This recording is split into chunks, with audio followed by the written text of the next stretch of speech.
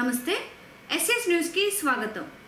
సులూరుపేటలోని bypass road నందు గల SKS కళ్యాణ మండపం నందు అఖిల భారత సాయి మాస్టర్ వారి భక్త సమ్మేళనం 25వ వార్షికోత్సవంను పురస్కరించుకొని ఈ నెల 7, 8, 9 తారీఖులలో అఖిల భారత ఆచార్య భరద్వాజ సాయి మాస్టర్ వారి 25వ భక్త సమ్మేళన మహోత్సవ కార్యక్రమాలను అంగరంగ వైభవంగా నిర్వహించేందుకు సులూరుపేటలోని ఆచార్య భరద్వాజ మాస్టర్ వారి సేవా సమితి వారు అన్ని ఏర్పాట్లను ముమ్మరం చేస్తున్నారు. ఈ సందర్భంగా ఈ నెల 7, 8, 9 తారీఖుల్లో జరుగు భక్త సమ్మేళనానికి 50 మంది భక్తులందరూ విచ్చేసి ఈ కార్యక్రమాలను విజయవంతం చేయాలని ఆచార్య భరద్వాజ సేవా సమితి ప్రతినిధులు ఎంఎం చంద్రబాబు ఎస్ఎస్ న్యూస్ ద్వారా పట్టణ ప్రజలకు తెలియజేశారు. ఈ కార్యక్రమంలో ఆర్లపాటి అశోక్, శ్రీనివాసులు పాల్గొన్నారు.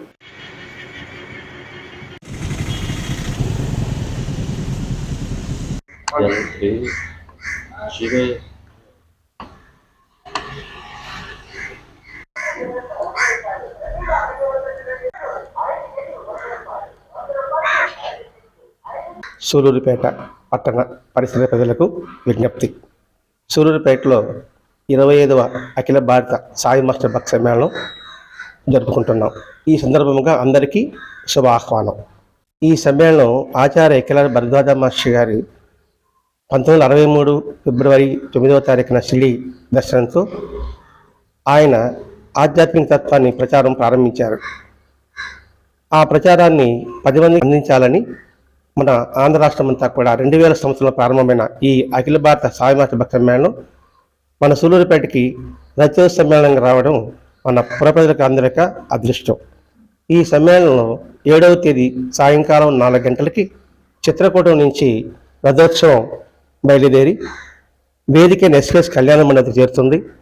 అలాగే 8వ తేదీ, 9వ తేదీ ఉదయం 8 నుంచి రాత్రి 8 గంటల వరకు ఆధ్యాత్మిక ప్రవచనాలు మాస్టర్ గారితో ఉన్న సన్నిధులతో ఆధ్యాత్మిక ప్రవచనాలు జరుగుతుంది. ఆ కార్యక్రమంలో 25 మంది వృద్ధులకి, 25 మంది దివ్యాంగులకి ఆచార్య భరద్వాజ సేవా సంస్థ తరపున వారికి విధంగా పారితోషికం ఇవ్వబడుతుంది.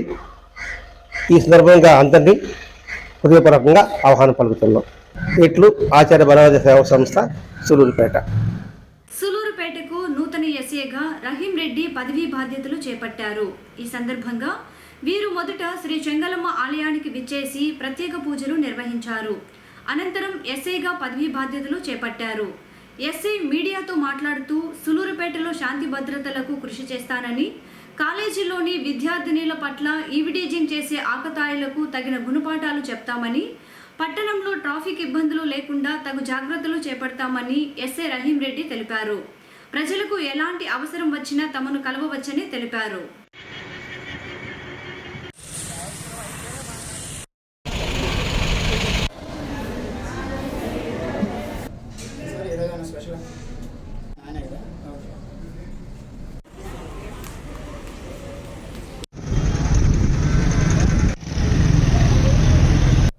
అందరికీ నమస్కారం.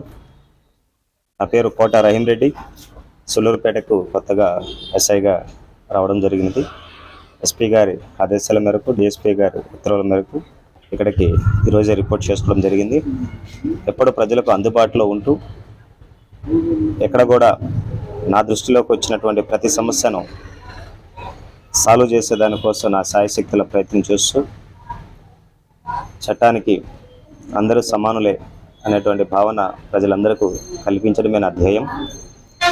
మీడియా సోదరులు, ప్రజలకు, అలాగే నాయకులకు అందరికీ ఒక పోలీస్ అనేది ప్రజలకు ఎప్పుడు అందుబాటులో ఉండే విధంగా ఎలా చేస్తే బాగుంటుందో ఆ విధంగా అన్ని ప్రికాషన్స్ తీసుకుంటూ, ముఖ్యంగా ఆటోల సమస్యల, అలాగే ట్రాఫిక్ సమస్య, ఈవిటేజింగ్ లాంటివి అరికడుతూ యువత గంజాయికి ఎక్కువగా అడిక్ట్ అవుతున్నటువంటి పరిస్థితిలో ఈ యొక్క వాళ్ళ కౌన్సిలింగ్ ఇస్తూ prevention is better than curing అనేటువంటి సిద్ధాంతంతో వాళ్ళలో మార్పు తెచ్చేదానికోసం నా వంతు ప్రయత్నం చేస్తూ, అలాగే నైట్ పహారా కాస్తూ విధులు సక్రమంగా చేసుకుంటూ ఎటువంటి మాట రానియకుండా, మచ్చ రానియకుండా నా ప్రయత్నం నేను ముమ్మాటిగా చేస్తూ ఒక మంచి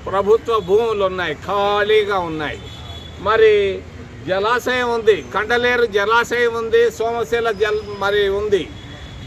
అక్కడి నుంచి కావలసినటువంటి నీటి సౌకర్యం ఉంది. ప్రక్కనే అంతర్జాతీయ విమానాశ్రయం ఉంది రేణిగుంటలో. 7 జాతీయ రహదారులు ఉన్నాయి తిరుపతికి, 7 విశ్వవిద్యాలయాలు ఉన్నాయి, 100 కొద్ది కాలేజీలు ఉన్నాయి, మరి 100 కొద్ది హాస్పిటళ్ళు ఉన్నాయి. మంచి వాతావరణం, హైదరాబాద్ లాంటి మంచి వాతావరణం తిరుపతిలో ఉంది. ఇది ఇప్పటికైనా పొరపాటుని మనం ఇప్పటికైనా కరెక్ట్ చేసుకోవాల్సిన అవసరం ఉంది. కాబట్టి తిరుపతి రాజధాని నగరం అవుతుంది. ఇది ప్రజల తీర్పు, ప్రజలలో వచ్చినటువంటి చైతన్యం అని తెలియజేస్తాం. సులూరుపేట నియోజకవర్గం తెలుగుదేశం పార్టీ ఇన్ఛార్జ్ నిలవల సుబ్రహ్మణ్యం ఆధ్వర్యంలో తడలో జైహో బీసీ కార్యక్రమం ఘనంగా నిర్వహించారు. బీసీ కులాలకు చెందిన టీడీపీ నేతలు ఈ కార్యక్రమంలో పాల్గొన్నారు. ఈ సందర్భంగా తిరుపతి జిల్లా అధ్యక్షుడు నరసింహులు యాదవ్ మాట్లాడుతూ రాష్ట్రం బాగుపడాలి అంటే తెలుగుదేశం పార్టీ అధికారంలోకి రావాలని అన్నారు. అదేవిధంగా జిల్లా బీసీ సంఘం అధ్యక్షుడు సదాశివ మాట్లాడుతూ దేశంలో ఏ పార్టీలు బీసీలను ఆదుకోవట్లేదని, కేవలం ఒక తెలుగుదేశం పార్టీనే బీసీలను ఆదుకుంటూ వారికి తగిన సహాయ సహకారాలు అందిస్తున్నారని తెలిపారు. అనంతరం నియోజకవర్గం ఇన్ఛార్జ్ నిలవల సుబ్రహ్మణ్యం మాట్లాడుతూ రాబోయే సార్వత్రిక ఎన్నికల్లో తెలుగుదేశం పార్టీని అఖండ విజయంతో గెలిపించాలని కోరారు. ఈ కార్యక్రమంలో టీడీపీ నేతలు లాయర్ సుధాకర్ రెడ్డి, బొమ్మల పళని, శ్రీధర్, మాధవ్, రవి, సెల్వం, రామాపురం శ్రీను, చిట్టేటి పెరుమాల్ తదితరులు పాల్గొన్నారు.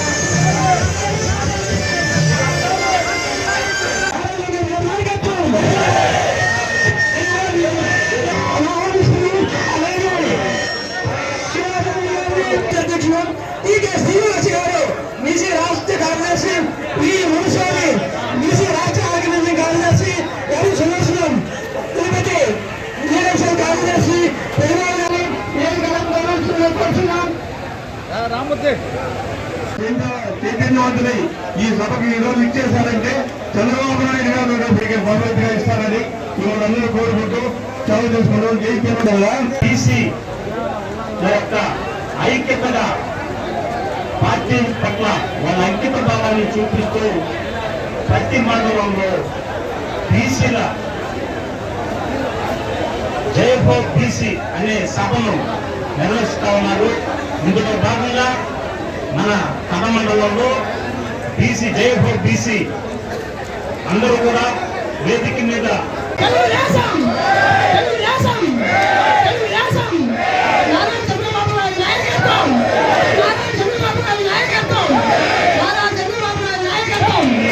మీటింగ్ కి ఈ హాజరైన తలమండలం బ్రహ్మాండంగా ఈ జనవాహనం చూస్తుంటే ఇప్పుడే మన తెలుగుదేశం పార్టీ అధికారంలోకి వచ్చినట్టుగా ఉంది. ఎందుకంటే మన బీసీలు మన తెలుగుదేశం పార్టీకి అంట ఆదరణం. మన తెలుగుదేశం పార్టీ అతి తొందరలో కూడా జైహో మీటింగ్ పెట్టుకుంటూ జయప్రదం చేస్తున్నాము. మన బీసీ మీటింగ్ కి హాజరవుతున్నారు.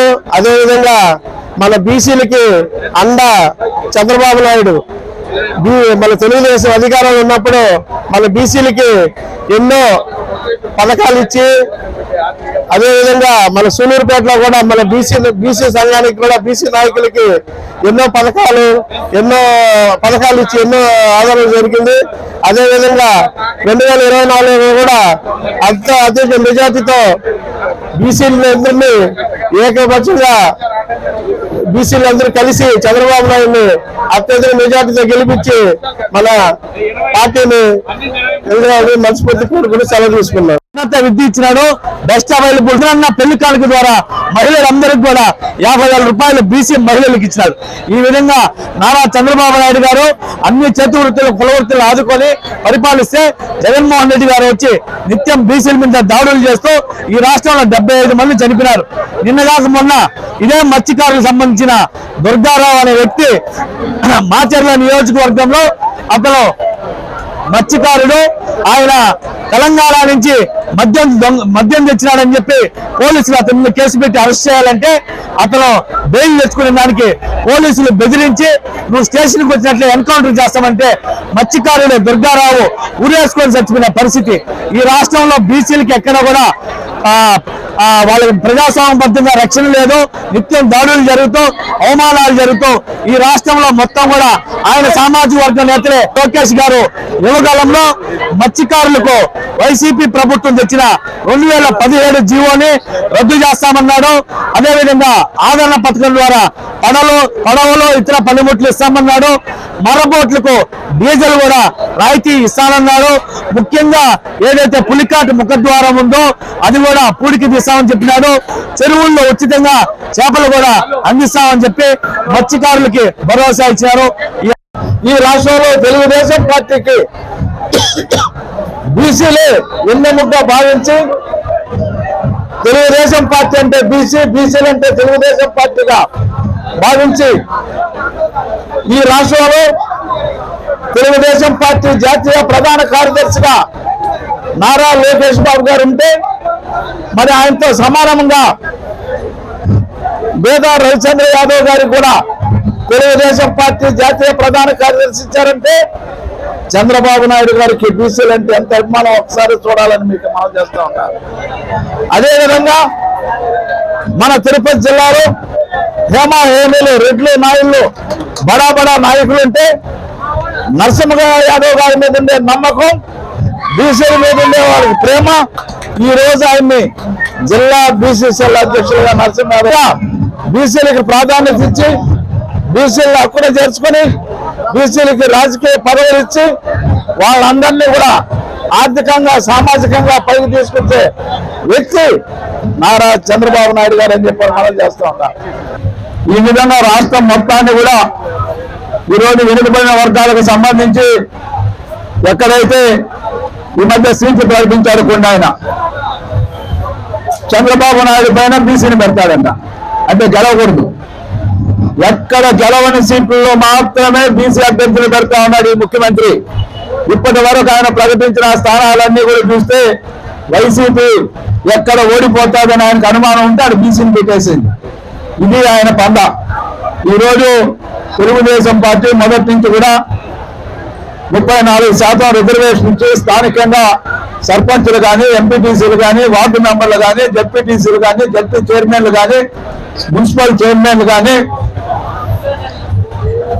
మున్సిపల్ మేయర్లు కానీ ఈ విధంగా అత్యధికంగా ఉమ్మడి రాష్ట్రంలో కావచ్చు, విభజన రాష్ట్రంలో అత్యధిక పదవులను 34% బీసీ కులాలకు రిజర్వ్ చేస్తే 17,000 పోస్టులకు సంబంధించి ఈరోజు వెనుకబడిన వర్గాల్ని ఈరోజు ఆ పదవుల్లో లేకుండా ఏ విధంగా 10% కోత విధించావు నువ్వు, అదేనా నా బీసీ అనే దానికి అర్థమని ఈరోజు నిలదీస్తా ఉన్నాం.